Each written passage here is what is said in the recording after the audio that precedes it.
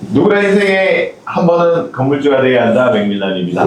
오늘 오랜만에 북한님하고 윤밀리 부부 모시고 촬영을 하게 됐는데, 오늘 저희가 이렇게 모인 이유는 뭘까요? 되게 중요한 이제 시공사 선정하는 부분에서 이렇게 모였다가 급하게 촬영을 하게 됐는데, 많은 분들이 이제 실제로 보면 또 저희 공전에서 이제 신축 같이 하시는 분들에서 봤을 때 의외로 이제 북한님이랑 윤밀림 부부님의 동향 어떤 식으로 진행하고 있는지에 대해서 되게 많이 궁금해 하세요. 어떻게 했고, 뭐 외관은 어떻게 하는 건지 뭐 좀 보여달라 뭐 이런 식으로 하고 되게 관심도 많이 있는데, 그래서 한번 이렇게 카메라를 켜서 촬영을 하게 됐습니다. 오늘 시공사 선정에서 이제 미팅을 왔는데, 많은 구독자님도 궁금한 게 과연 이제 맥밀런이랑 신축을 또는 이제 공존이랑 같이 신축을 했을 때 어땠는지, 어떤 부분이 좀 좋았던 부분, 좀 아쉬웠던 부분, 이런 걸 좀 기탄 없이 좀 말씀해 주셨으면 좋을 것 같거든요. 저희가 진짜 한 6개월 동안 진짜 쉼 없이 달려온 것 같은데요. 뭐 땅 구매에서부터 뭐 이제 건축에 관련해서까지 다. 저희 같은 경우에는 특히나 양평에서부터 넘어왔는데, 양평에서 건축을 시공하기 직전까지 사실은 그 설계까지 다 진행이 되었었던 그런 부분이었기 때문에, 그게 얼마나 고되고 해야 할 일이 많은지를 되게 어떻게 보면은 직접 경험을 한번 했었기 때문에 그쵸. 잘 알고 있는 것 같아요. 그때의 제가 했던 노동과 네. 선생님을 만나고 나서 하는 이 노동의 양이 사실은 거의 뭐 하늘과 땅 차이 정도라고 표현을 해도 될 만큼, 저희가 사실 이번에 하면서는 스트레스라는 걸 받은 건 정말 없는 것 같아요. 선생님이 계셔서 하는 말씀이 아니라 저희가 둘이서 있을 때도 그런 얘기를 계속 자주 해요. 자주 하면서 작년에 비해서 올해는 너무 그래도 편하게 간다, 그런 얘기를 좀 서로 많이 얘기를 하고요. 작년에 너무 많은 고생을 해서 그랬을 수도 있지만, 제가 생각했을 때에는 현재 뭔가 뭐 어렵거나 뭐 힘든 게 없었어요. 궁금한 게 생겼을 때는 그냥 선생님께 여쭤보면은 그거에 대한 해답을 바로바로 주시니까. 네.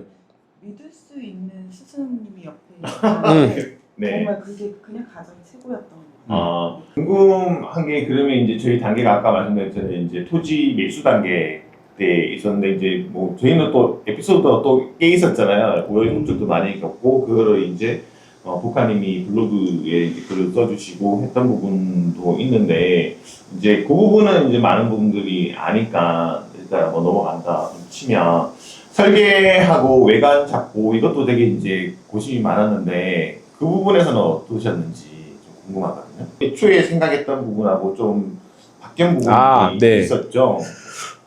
설계 같은 경우도 사실 처음에 이제 제가 이제 요즘 저도 이제 이렇게 건축을 하면서 뭐 땅 산 것도 블로그에 썼지만, 네네. 건축에 이제 관련한 것도 조금 이렇게 스스로 정리를 해보고 있는데요. 맨 처음에 도면을 이렇게 받았을 때 이게 내가 원했던 게 맞나? 네. 라는 생각을 좀 했었어요. 그랬는데 사실 제가 예전에 양평에서 했을 때는 설계비가 정말 비쌌었어요. 네네. 근데 지금 하는 거는 어떻게 보면은 선생님이 항상 말씀하셨던 가성비 있게 네네.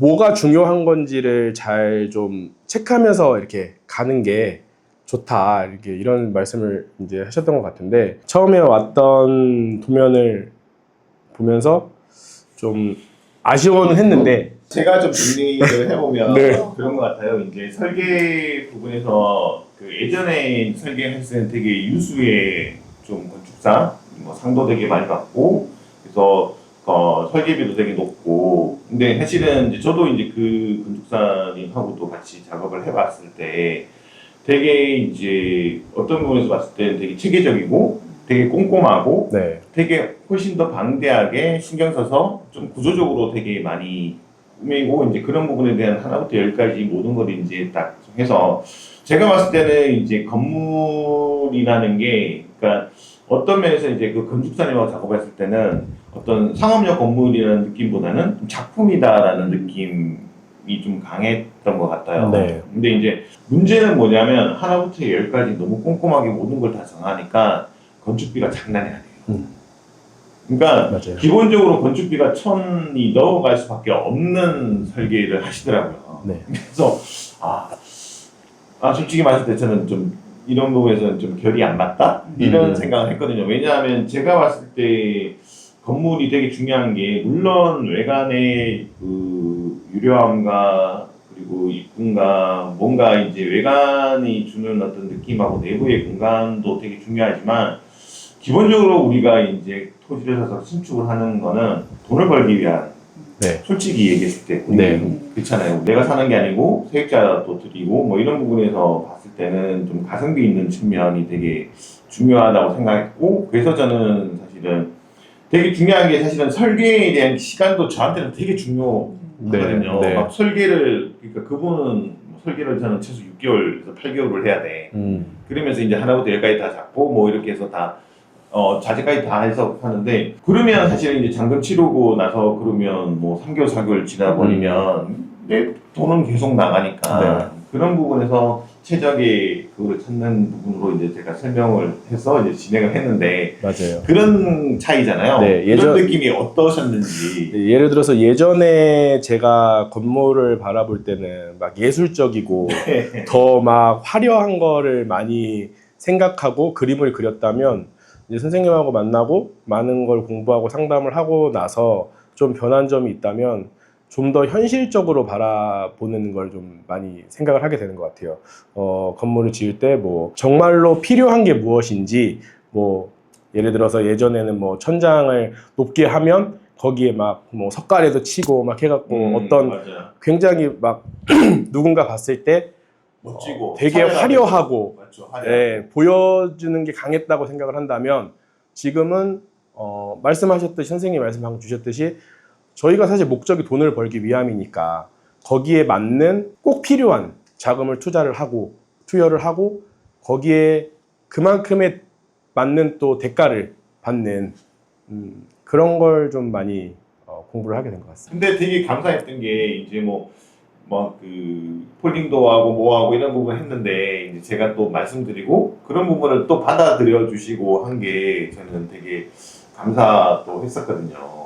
또 선생님이 말씀 주실 때 항상 이유가 없는 걸 말씀 주시지 않으셨던 것 같아요. 그러니까 제가 어떤 걸 이렇게 하고 싶다, 그러니까 어떻게 보면은 아내는 그냥 가성비 있는 게 최고다라고 한다면 저는 자꾸 무언가를 더 하고 싶었나 봐요. 많은 걸. 그렇죠. 그래서 뭐 폴딩 도어도 말씀드리고 많은 걸 말씀드리면 그냥 안 된다라는 게 아니라 이거를 했을 때 이렇게 그렇죠. 손실이 생길 수 있다라는 거에 대한 명확한 이유를 제시를 해주시니까 그럼에도 제가 뭐 이렇게 한두 번 더 고집을 부린 경우도 사실 있었어요. 네.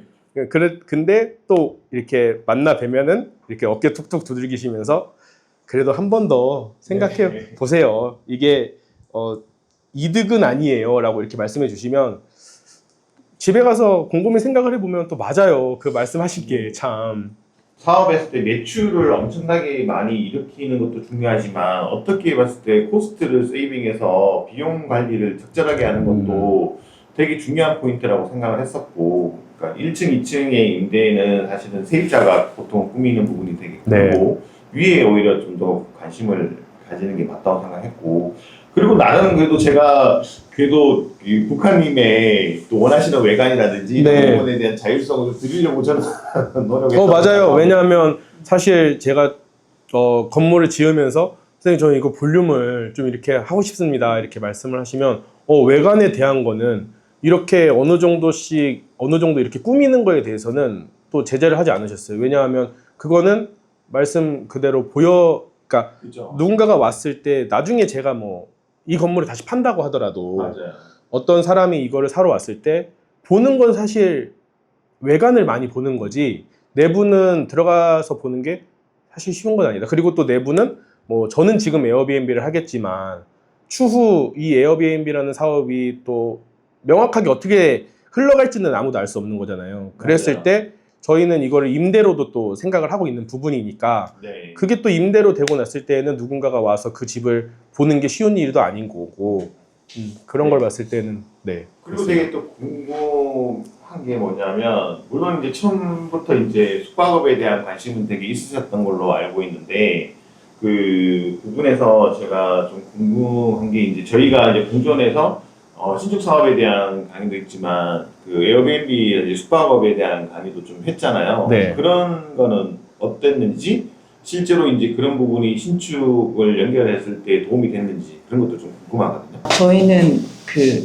지방으로 이제 양평으로 선택했던 게 무조건 이제 펜션만 생각을 했던 거거든요. 풀빌라 스테이. 그래서 네. 이제 우리 한국인 분들이 와가지고 이제 숙박업을 해가지고 이렇게 한다 이렇게만 생각을 했는데 그러니까 신축 사업을 하면서 이제 임대업을 알게 됐고 그 다음에 이제 에어비앤비 수업을 들으면서 서울에서도 숙박업을 할 수 있구나라는 걸 이제 알게 된 거예요. 근데 그게 외국인을 상대로 할 수 있고 이게 또 돈도 괜찮게 잘 될 수 있구나 이런 거를 알게 돼가지고 이제 신축 사업으로도 이제 건물에 대한 돈도 이제 수익을 얻고 거기에 숙박업을 굳이 이제 지방으로 내려가지 않아도 서울에서 할 수 있는 방법을 알게 돼가지고 그게 이제 너무 좋게 와닿았던 것 같아요. 그래서 그것도 에어비앤비 대응 것도 처음부터 뭐 허가 내는 뭐 이런 등록하는 방법이라든지 네, 운영하는 그렇죠. 거라든지 이런 것까지 다 이제 설명을 해주시고 해가지고 되게 많이 도움이 됐던 것 같아요.